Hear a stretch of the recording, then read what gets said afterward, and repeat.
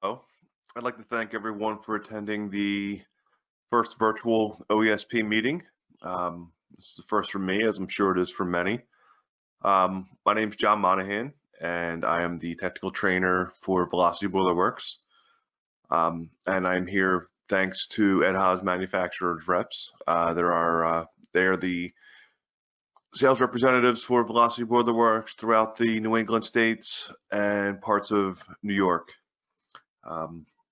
Today we're going to go over selecting the right boilers for the job. We're going to talk about the types of heat exchangers that we offer that are in the market, different boiler products, and where they fit in our installation process.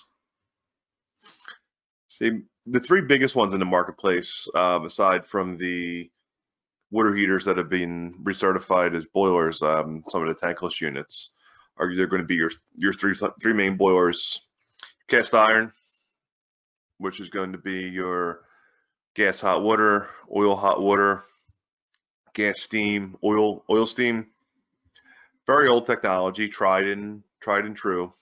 Much heavier than the condensing wall hung products, but fairly simple installation, lower costs. The other ones we're going to have are our water tube products. This would be Velocity's like Phantom series. It could be the water tube products. And basically, it's basically what it means. It's a bunch of tubes that are where the water travels through, and the burner is going to be in the center. If you look at the worldwide market, the water tube heat exchanger is probably the most popular of the condensing heat exchangers. And then we have our fire tube products. Fire tube products, which would be our Raptor series, are exactly what they say. All the flue gases are going to be passing through the tubes. The tubes are immersed in water. The burners are predominantly at the top of the unit. They're a down-fired unit. Gives it somewhat of a longer platform, but narrower. They're the three most common ones that are in the marketplace. And what differences are there? Well, you go with cast iron, it's going to be your lower cost option. It's easier to install. The initial investment on the product is much lower. Often they can be chimney or sidewall vented. Depending on the fuel, they're anywhere from 82 to 87%. Some of the oil boilers are 87, 88%. Gas efficiency maxes out currently on cast iron right about 85. There's larger waterways in there, I mean lower pressure drop. Actually, a nominal pressure drop is almost no pressure drop through the cast iron heat exchangers. There's no special piping required. These you can pipe them normally, supply to the boiler, to the supply to the system, return to the boiler, return to the system. Just as long as we size that circulator correct for the system, everything should be fat and happy and hum along its normal life. One of the things we do want to take care in with cast iron products is we don't want to see the return temperatures steadily below 140 degrees.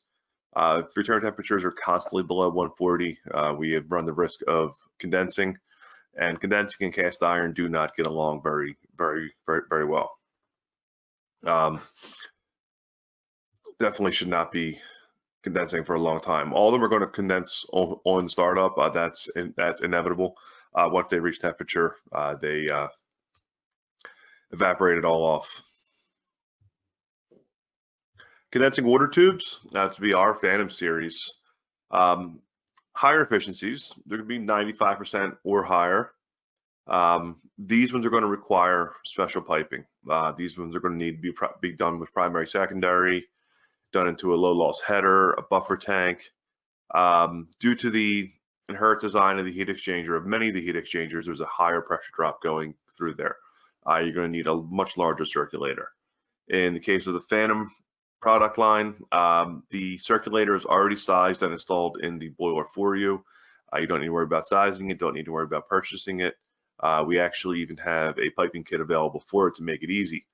There's a lot of other third-party ones out there too. Calefi, Taco, Spirovent.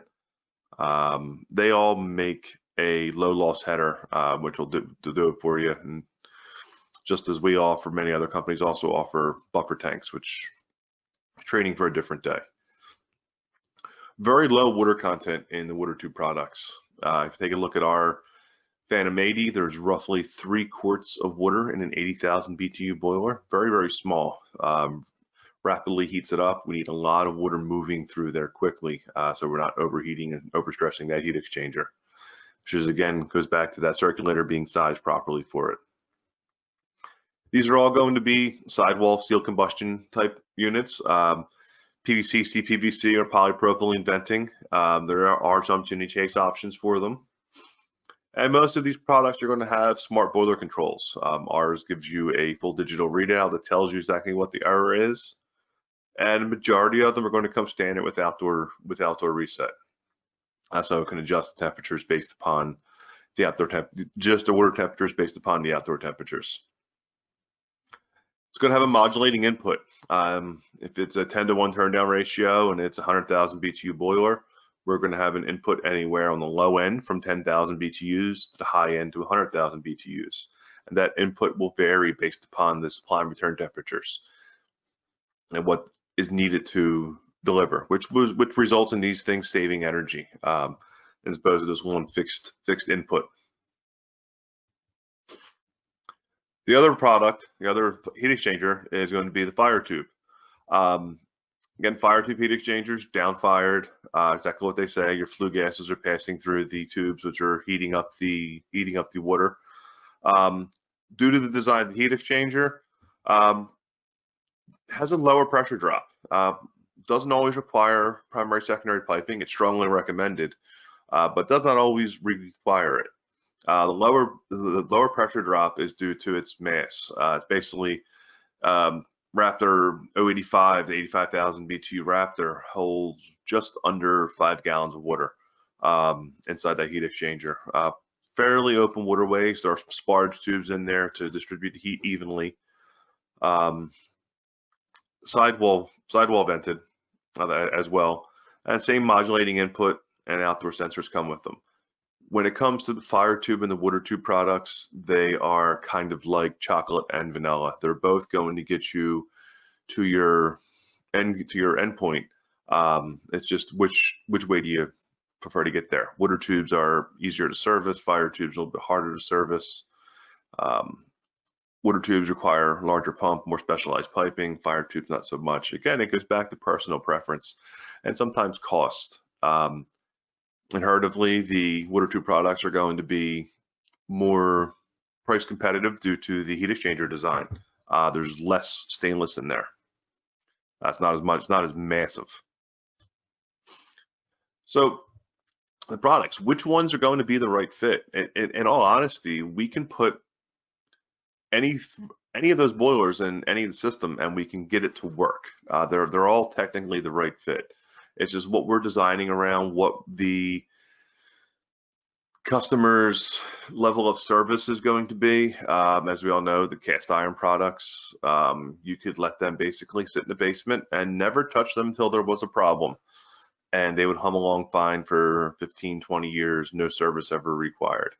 Condensing units are not going to be that way. At a minimum, every 18 months, you need to get in there and clean the heat exchanger, check the igniters, the flame sensors, and all that. So we need to definitely have the conversation with the clients about servicing the product and the amount of service they're going to need. Other things are going to be, how are we going to vent the unit? Many of the homes that we're working in are not new. Let's face it, over the last couple of years, forced hot air is the dominant product. Most of the homes with boilers in them, some of them are the World War II era, 60s, 70s, very sporadic in the 80s. Those chimneys are almost reaching their useful lifespan and are sometimes the wrong size. We need to figure out whether we need to line that chimney or whether we're going to go with the sidewall vented appliance. Combustion air is another one. As real estate's becoming more and more expensive, we need to finish people want to finish their basements and make that mechanical room small as possible. Well, we need 50,000 per 1,000 BTUs. We need 50 cubic feet of air. Sorry, I got a little tongue tied there. And often those rooms get smaller and smaller and smaller, and we don't have that combustion air, so we need to pipe it in or do seal combustion. But that's one of the things we need to look at as well. Rebates are a huge thing in some of the New England markets where the condensing products are almost free. What rebates are in the market? Is the customer going to benefit from the rebates or any of the low interest or zero interest loans that may be out there from some of the energy providers? Again, varies market to market, completely dependent upon it. And the other one is the type of system we're going to heat. If it's going to be a radiant or a snow melt job, we really want to lean towards a condensing product. That's where they're really going to shine. Yes, we can get a cast iron product to work by doing mixing valves, doing brace plate heat exchanger, adding a bunch of components in there to get it to work. But again, we're putting a square peg into a round hole. That condensing boiler will be very, very happy working at those low temperatures. Not so much for a cast iron product. Things to consider when we're looking at this. Again, going back to that chimney. Chimneys play a big key. Are you actually able to get a liner down there? Is it cracked? Is it crumbling? Did terracotta tiles shift? Is it safe to get up there and do it? Sometimes the exterior chimneys need to be repointed, and there's a lot of investment into getting that piece done, so you're not wasting the client's money with it. And to go back to the fresh air, is there enough fresh air to support an atmospheric product? And the other one, it's often overlooked. Will the basement stairs support the removal of and the installation of the new unit? A lot of times those basement stairs are fairly ratty. We can take apart a cast iron boiler and bring it out section by section. We can't always take it apart and bring it down section by section.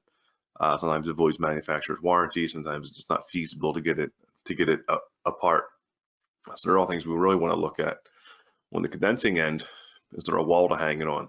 Do I need to build a wall? Do I need to do a floor stand? Am I able to vent it? If you're in a marketplace that they have a lot of row homes, such as Philadelphia area, I only have a front and a back to vent them, and I really can't vent my exhaust gases out into a public walkway. So my back to the rear of the house or a chimney chase are my only options. Can I relocate the unit to a different area? Move it to a different area in the basement, maybe a different area in the home, maybe take a closet and pipe back down into the basement to make venting maybe a little bit easier. All things need to keep in consideration. The other thing really doesn't have much to do with the installation of the products, but it has to do with add-on sales and taking care of the client and their safety. Is if there's a water heater in the home, if it's a chimney vented water heater, 40-gallon gas, are we going to be orphaning that water heater if we install a new boiler? Hopefully, we're installing a boiler with an indirect or maybe a combi product. But if we're not, we need to address that water heater. That water heater either needs to be sidewall vented, or we need to line the chimney to accommodate that water heater so we don't have carbon monoxide spillage. So the types of systems there, again, we're going back to which boiler would fit there. And again, any of the products will fit.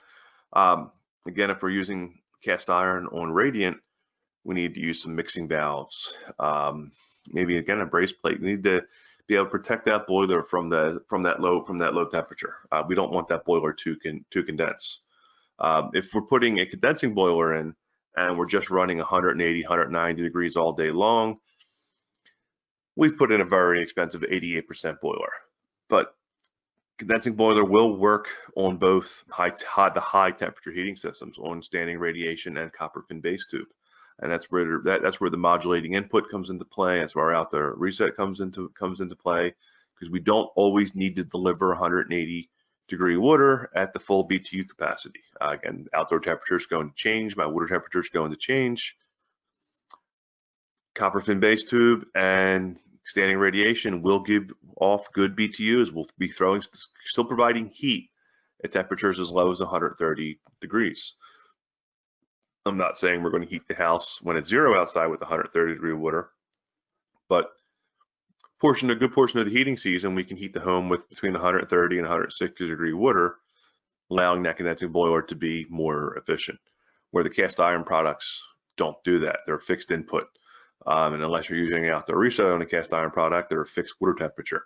It's 180 degrees, all the BTUs all the time. Where with the mod con boilers, with the outdoor reset, we can adjust water temperatures, we can adjust the firing rates.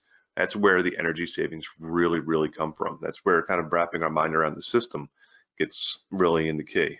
You can follow the Velocity University for more things on fine-tuning the systems, fine-tuning the boilers to the systems to focus more on system efficiency. So the installation practices for cast iron, very, very straightforward. It's the most common replacement boiler because we have to think about that. When the boiler goes down, we want to try and get that client heat as quickly as possible. We want to take their pain away. We want to make the problem go away. And face it, we're all fixers. If we're in the HVAC industry, we're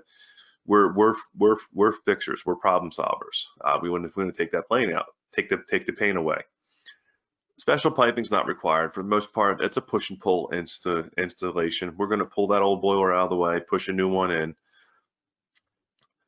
put our couplings on, refill the system, fire it off, wire it, and fire it off, call it a day. So they're usually the most common installations. We all know the ads or the trucks that go around. Boiler installed, $35.99.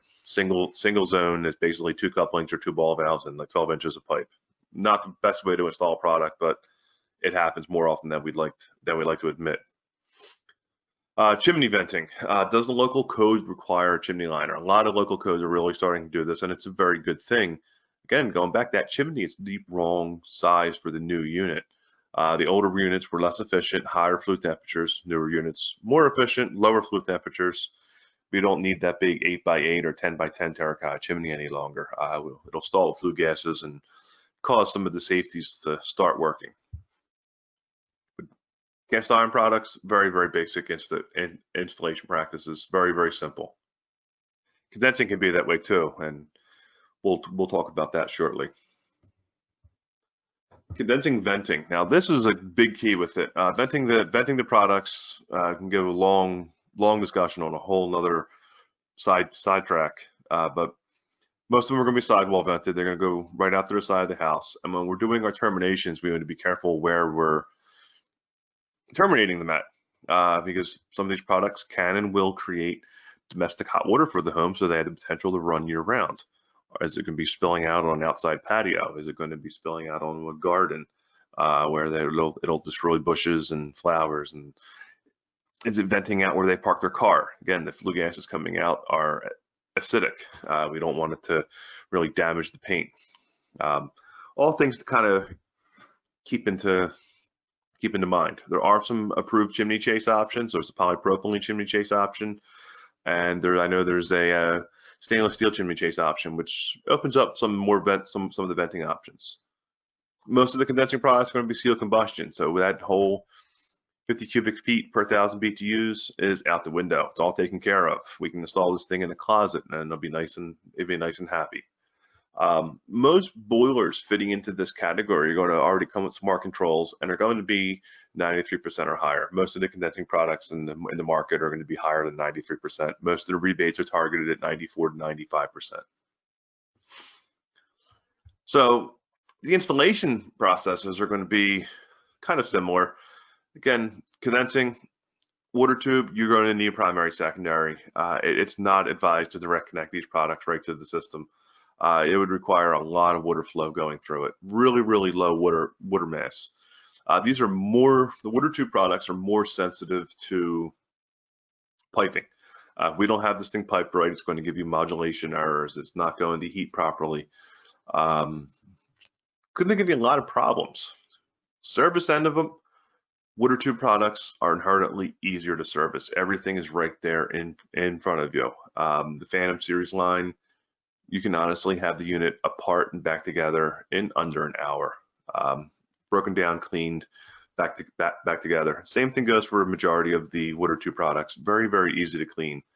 And again, we're not really cleaning them because they're burning dirty. We're cleaning them because we need to keep that heat transfer from being good. As debris builds up there and products of combustion build up on there, the heat transfer doesn't happen and reduces the units efficiencies. Fire tubes, again, higher water content. You can see the difference in the heat exchangers. Fire tubes like a 5-gallon bucket with a burner on top of them. A little bit harder to service because you have to get everything through the top, and when they're wall hung, you got to bring a ladder down, you got to unbolt everything, you got to clean from the top down to the bottom. A little bit harder to service. Still serviceable, but a little bit harder. Yeah, I need to prepare to scrape up your knuckles a little bit, getting that thing apart. Much lower pressure drop. You can use much smaller circulators. 007 to a 0010 for the TACO guys out there would be just fine for a boiler pump for a majority of the fire tube products. It's not advised, but again, they can be direct connected to the system. They have a higher water content similar to that of a cast iron product. But again, unlike the cast iron product, they're going to have these supply and return temperatures where if they get too far apart or too close together, it's going to get angry and flash you error codes and tell you it has modulation errors. They're less sensitive to piping issues, but they are more sensitive to water quality. With it having a lower pressure drop, the water kind of lackadaisically moving through there. Sediment winds up getting into places, and it doesn't show it well in this picture, but there are sparge plates throughout the unit, which can collect debris. And when we collect debris, we reduce flow. We have a whole slew of other problems. And we're going to talk about those problems now, about water quality and why we should consider it and how it's going to affect the 3 types of heat exchangers. And if you were to talk to me 6-7 years ago when I was still in the field, I'd have told you water quality was snake oil, that we didn't need to worry about it. Hydronic system's a closed system, no worries, nothing to be concerned about. Coming on to work for a manufacturer and seeing some of the problems that water quality causes has really changed my mind. And there's a lot of products out there that do a lot of good. That'll help prolong the life of cast iron boilers and prolong the life of the high efficiency products. Water quality creates a slew of issues. You get pump seals to fail, volutes to lock up, circulators locking up, flow checks. Those IFC flow checks get stuck in positions we don't ever want them to. Either they're reducing our flow or they're allowing ghost flow, causing headaches and callbacks. Zone valve failures. One of the most big common ones is low water cutoff probe failures. Majority of the low water cutoffs that we get back at velocity are actually still good. You clean the orangey brown candy coating off of it and put it back into a test bench and it works again. I came from the field. I'm not going to be at 11 o'clock at night cleaning that off, putting it back in and telling everyone it's fine, because the chances are it's going to be a reservice, and I don't want that reservice. It's never fun. They can cause premature heat exchanger failures on mod-con boilers and even the cast iron boilers. Cast iron boilers, you get your percolating, popping popcorn noises going on. The aluminum boilers. I talk about the aluminum boilers because the people that have installed some of the Velocity or Crown Bimini products, Juan McLean Ultras, they did water quality. We did water quality without really knowing it or paying too much attention to it. The commissioning kit that Crown had for the Biminis protected and conditioned the water. Had some inhibitors in there to protect the heat exchanger from it. The Juan McLean Ultras had the Sentinel products, which had the inhibitor in it to again help that heat exchanger from coming in contact with all the stuff in the heating system. And if you take a look at the heating system, there's a lot of things going on in there. We'll have all of the machining slag from the cast iron products that wind up in there. You'll have your pipe dopes, your fluxes, any of your threading oil if you're cutting and threading any of the black iron pipe. Usually it's a mixed metal environment. We'll have copper in there, black pipe. In some cases, if we're in a rush and it's late at night, galvanized will wind up in there because we had a galvanized nibble or 90 on our truck and that's what we needed. Brass. It's a mixed metal environment. We take all that, we add water, yes, we remove a lot of the oxygen. Our air separators and our purging takes a lot of the oxygen out, but we're going to take that big mess and we're going to heat it up and we're going to constantly circulate it around. And it creates that real nasty black soup that when we drain those boilers out. And that's what's breaks everything up. I'm not saying we need crystal clear, pure drinking water in there, but we need to worry about what's in there. These are real life heat exchangers. These are returns that we've gotten back. And again, I'd like to see what's going on with them. It's the technician in me. I want to see how, who, what, where, when, and how it failed. And so I can have an intelligent conversation with the contractors of how we can avoid it at a later date. This is a section from an AWR. This came from a suburb out of Wisconsin. It was just outside of Milwaukee. That boiler lasted 18 months. That heating system had a whole bunch of issues in it. They had leaks, they had hard water to begin with, old apartment building built around the 1940s, big steel mains, repair couplings all over the place. That was the second boiler in 3 years. So that usually doesn't happen. It's an anomaly. We got it back, we cut it up, and this is what we found. Every section in that boiler was filled with sludge. It was like rock hard sludge. Fire tube heat exchanger, same thing. Get up there by the hottest area, right where that burner sits. You can see everything's baked and cooked up in there. And there goes one of the sparge tubes. There goes another sparge tube, sparge plate, sparge tube. Forgive, I don't always have good names for things, but that's water quality again affects the heat exchangers. Premature heat exchanger failure. This one was 2.5 years old, and the tube sheet split from overheating. Water tube heat exchanger again. Those hottest areas is where it starts to build up. The one thing with the water tubes, usually we have water racing through there so quickly, we scour this and keep it clear, but they are still susceptible to it. And there are ways to prevent all this from happening. There's a lot of stuff on the market that can help protect all three of the heat exchangers. Definitely want to consider adding a strainer, or at a minimum a serviceable Y strainer. Air dirt separator, mag strainers, all good things in the market to help protect these pieces of equipment. You got to remember, this is the heating plant for your client's house. We want to have as little breakdowns as possible. Because breakdowns put them into discomfort, and sometimes we'll have us as a service technician going out there 10, 11 o'clock at night. These help prolong it, help keep all of that debris out of the heat exchanger and trap them inside of here. If you're going to be doing one, you want to look for one that has like a silcock or a draw off on the bottom, so they're serviceable, so we're able to drain all that stuff out. And some of them have areas where we're able to add treatment back into it, add inhibitor or add cleaner back into the system to get that system cleaner and operating better. And as far as the cleaners go, there's a lot of cleaners out there. My slide here shows 2 of them, Sentinel and Fernox. You have Axiom, you have Rogard, you have 8-Way by Hercules.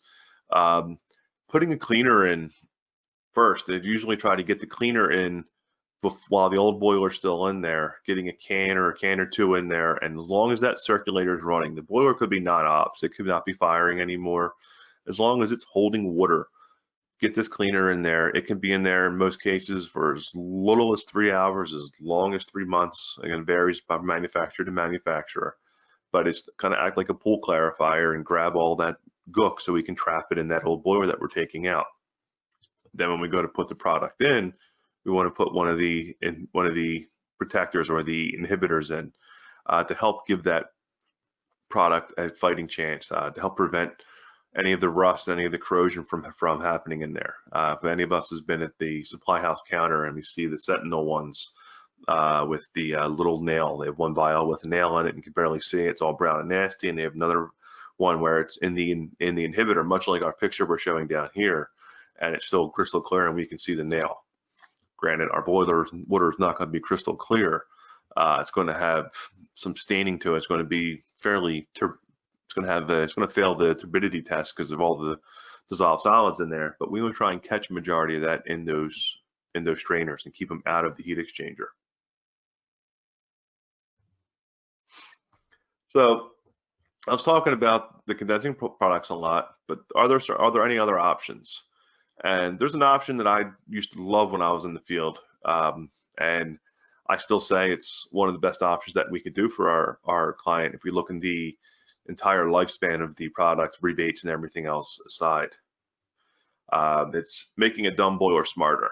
And a lot of times we can add some controls to a boiler, an existing boiler, or even a new install to make that boiler more efficient systemly on the system side. We can't really change the combustion efficiency, but we can change the system efficiencies. And it can be just as easy as flipping a switch. It's cast iron boilers with smart controls.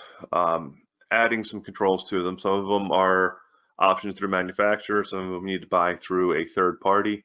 But smart controls are going to be a great thing for a cast iron product. The Crown series, they're all the Crown boilers. We're going to have out of the box a burner delay. What the burner delay is going to do, it's factory set at 2 minutes or 140 degrees. What's going to happen? Boilers responding to a call for heat. Got up to 180 degrees, call for heat has ended. Call for heat happens 40 minutes later. That boiler is now sitting at 160 degrees. So what it's going to do is going to kick the circulator on for a minimum of 2 minutes or until the boiler gets below 140 degrees before it refires that burner, using any of the heat that's in there to hopefully satisfy that call for heat or preheat for the next call. The other option that's an option for the AWR and the BWF2, there are gas hot water boilers. AWR is chimney vent, BWF2 is going to be sidewall vent. Is there a circulator overrun? It'll work if it's a single zone, or if you're zoning with circulators and you're using the boiler circulator as one of the zones. But if you're zoning with zone valves, leave this feature off. You're just going to deadhead the pump. But what this allows you to do is after the call for heat is ended, while that boiler is still all nice and hot and toasty, it'll run that circulator for anywhere from 1 to 10 minutes, taking all that heat, circulating it around through the heating system. You may wind up overheating the zone by 1 to 5 degrees, somewhere in that range, but you're not wasting any energy. You're not trapping all that energy downstairs in that boiler. You're allowing it to move around. You're dispersing it out throughout the system.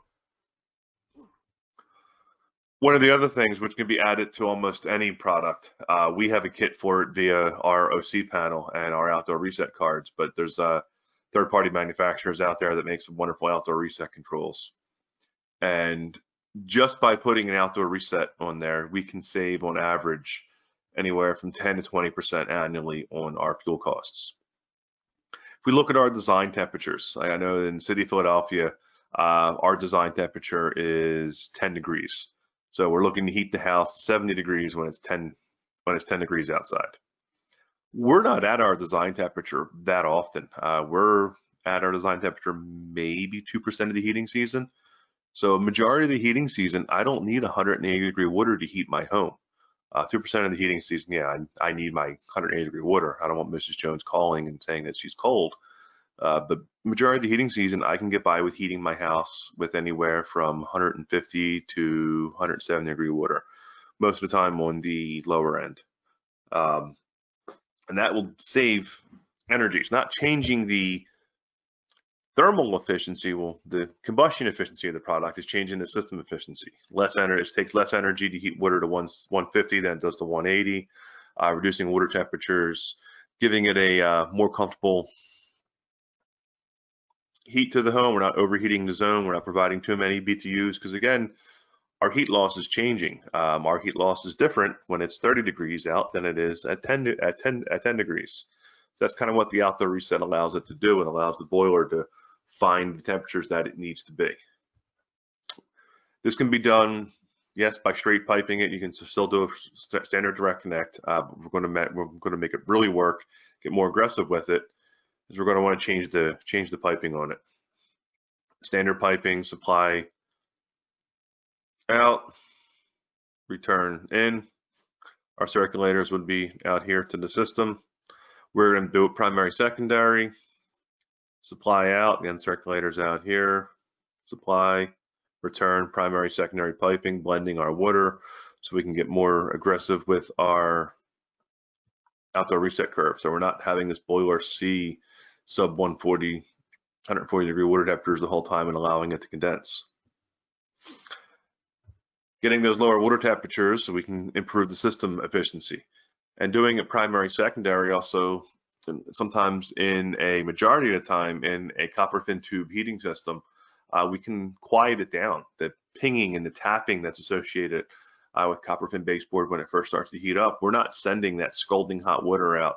We're going to kind of evenly heat that system. We're going to bring it up even keel, because the system's going to have the water flow that it needs and the boiler is going to have the water flow that it needs. Everything's going to heat nice and even.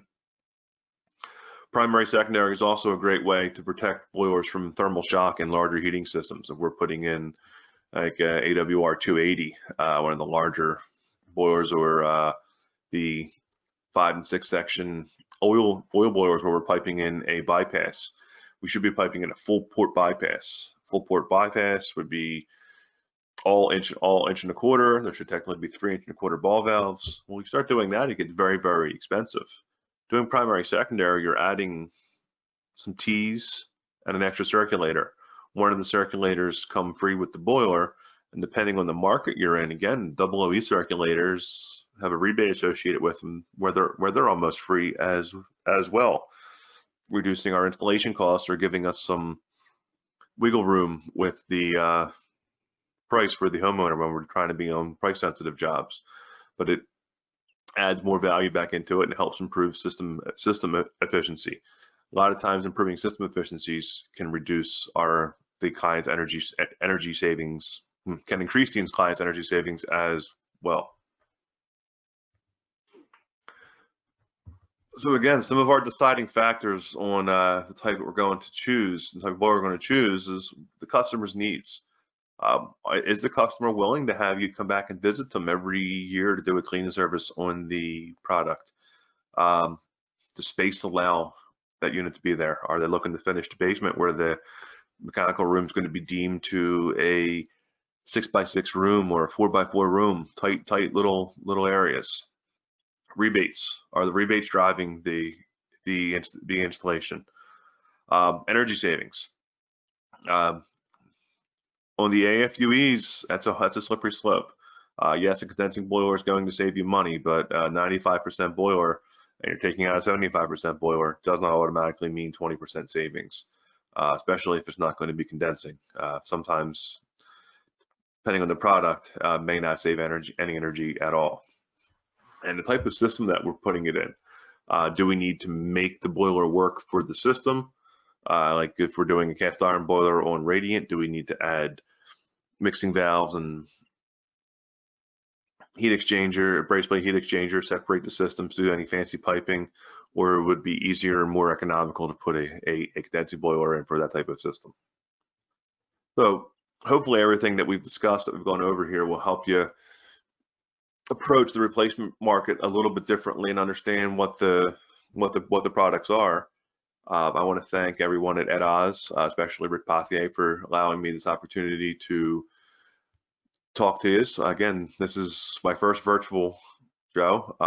Not really sure how these things work yet, but again, it's a learning experience, as most of this year has been. If any of you guys have any questions or need any help with anything, I can be reached at Velocity Boiler Works via my email.